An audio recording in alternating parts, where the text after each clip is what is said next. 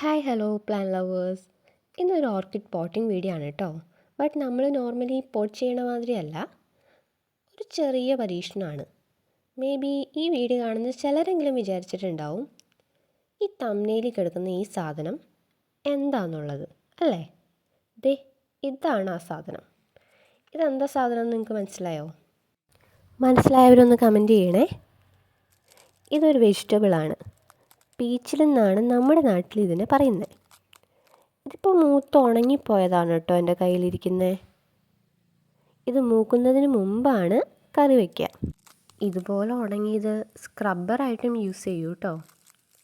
ഇതിങ്ങനെ പറമ്പിൽ കിടക്കണ കണ്ടപ്പോൾ എനിക്ക് തോന്നി നമുക്ക് ഓർക്കിഡ് ഇതിനകത്തൊന്ന് പോട്ട് ചെയ്ത് നോക്കിയാലോ എന്ന്.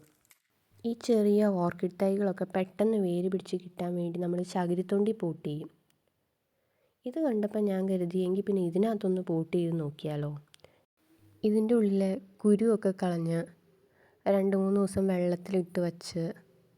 വെള്ളത്തിലിട്ടുമ്പോൾ ഓരോ ദിവസം വെള്ളം മാറ്റണേ. വെള്ളത്തിലിട്ട് വെച്ച് ഒന്ന് ചൂടുവെള്ളത്തിലൊക്കെ കഴുകിയിട്ടാണ് ഞാനിത് പോട്ട് ചെയ്യാൻ വേണ്ടി യൂസ് ചെയ്യുന്നത്. ചകിരിയിലൊക്കെ ഉള്ള പോലെ കറ ഇതിലും ഉണ്ടാവും, അതുകൊണ്ടാണ് ഇങ്ങനെ ചെയ്യുന്നത്. ഇതങ്ങനെ കഴുകി ഉണക്കി വച്ചേക്കുന്നതാണ്. ഇവിടെ ഞാൻ ഈ മീഡിയത്തിൽ പോട്ട് ചെയ്യാൻ വേണ്ടി ഒരു ഡെൻഡ്രോബിയത്തിൻ്റെ സീഡ്ലിംഗ് ആണ് എടുത്തേക്കുന്നത്. റെഡ് വൈറ്റ് ലിപ്പ് എന്ന് പറഞ്ഞൊരു വെറൈറ്റിയാണിത്.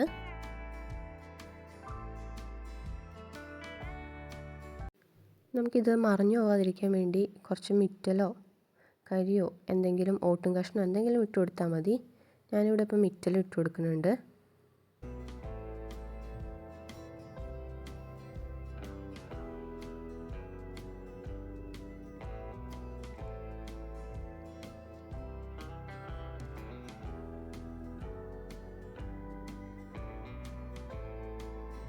നമ്മൾ ജസ്റ്റ് ഓർക്കിഡിൻ്റെ ചുറ്റും അത് വെച്ചിട്ടൊന്ന് നമുക്ക് റൗണ്ട് ചെയ്യാം.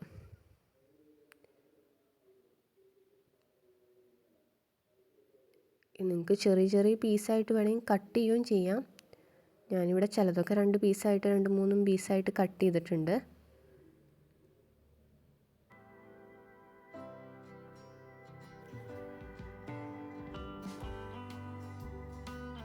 ഓർക്കിഡ് പോട്ട് ചെയ്യുമ്പോൾ അതിൻ്റെ കടഭാഗം മേലെ വരണം, എന്നാലാണ് പുതിയ ഷൂട്ട്സ് പെട്ടെന്ന് വരുള്ളൂ.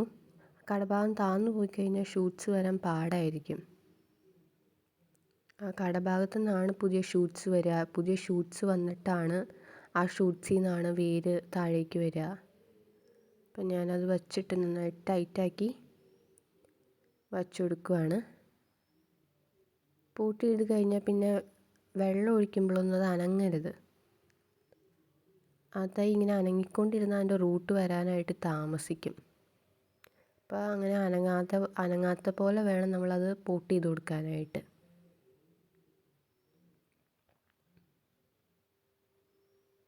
ഇടയ്ക്കൊരു കരിയുടെ പീസും കൂടെ ഞാൻ വച്ചു കൊടുക്കുന്നുണ്ട് ടൈറ്റാക്കാൻ വേണ്ടി.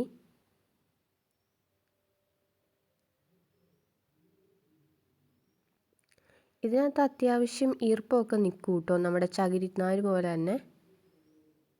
ഇപ്പം നല്ല ചൂടല്ലേ, അപ്പോൾ നമ്മൾ നനച്ചു കൊടുത്തു കഴിഞ്ഞാൽ ചെറിയ ഈർപ്പം അതിനകത്ത് നിൽക്കുകയും ചെയ്യും, എന്നാൽ വെള്ളം കെട്ടി നിൽക്കുകയില്ല. ഞാൻ ആദ്യമായിട്ടാണ് ഇങ്ങനൊരു പോട്ടിംഗ് മിക്സിൽ പോട്ട് ചെയ്ത് നോക്കുന്നത്. ഞാൻ വേറെ എവിടെയും കണ്ടിട്ടില്ല, അതുകൊണ്ട് തന്നെ വളരെ എക്സൈറ്റഡ് ആണ്. ഇതിൻ്റെ അപ്ഡേറ്റ്സൊക്കെ ഞാൻ എൻ്റെ ചാനലിൽ ഇടുന്നതായിരിക്കും കേട്ടോ. അപ്പോൾ ഇത് വർക്കാവോ ഇല്ലയോ എന്നുള്ളത് നമുക്ക് നോക്കാം. അപ്പോൾ ഇതിൻ്റെ അപ്ഡേറ്റ്സൊക്കെ അറിയണമെന്നുണ്ടെങ്കിൽ സബ്സ്ക്രൈബ് ചെയ്യണേ ചെയ്യാത്തവർ. അതിൻ്റെ തൊട്ടടുത്തുള്ള ബെൽ ബട്ടണും ക്ലിക്ക് ചെയ്യണേ. ഇതേ പോട്ട് മിക്സിൽ തന്നെ ഞാൻ വേറൊരു സീഡ്ലിങ്ങും കൂടെ പോട്ട് ചെയ്തിട്ടുണ്ട്. അതിൻ്റെ രണ്ടിൻ്റെയും പിക്ക് ഞാൻ ഏറ്റവും ലാസ്റ്റ് കൊടുത്തേക്കാം കേട്ടോ. അപ്പോൾ അടുത്ത വീഡിയോ ആയിട്ട് കാണാം കേട്ടോ. അതുവരെ ബൈ ബൈ.